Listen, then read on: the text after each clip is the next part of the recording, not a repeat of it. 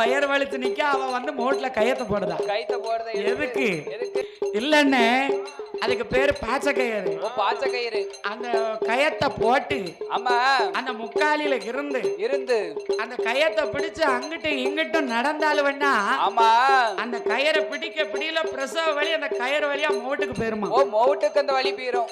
அந்த காலத்துல கிழவி மாதிரி இவ்வளவு யோசிச்சு வச்சிருக்காளுவே. ஆமா இந்த காலத்துல குழந்தை திரும்பலன்னு ஆபரேஷன்காங்க. அந்த காலத்துல வயத்தை வலிச்சு நிக்கவா குழந்தை திரும்பலன்னா பெரிய ஆளுக என்ன கை மருந்து கொடுத்துருக்கா தெரியுமா? என்ன தெரிஞ்சு வச்சுக்கோங்க, மக்களுக்கு தெரியணும்னு எங்க ஆச்சி எனக்கு சொல்லி கொடுத்ததை சொல்லுது.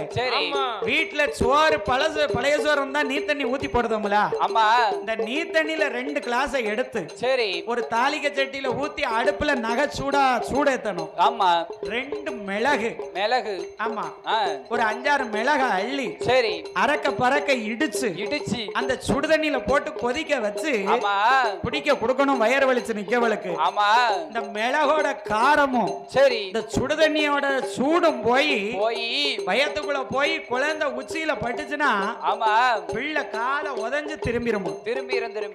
இது யாருக்காவது தெரியுமா? இப்போ யாருக்காவது தெரியுமா?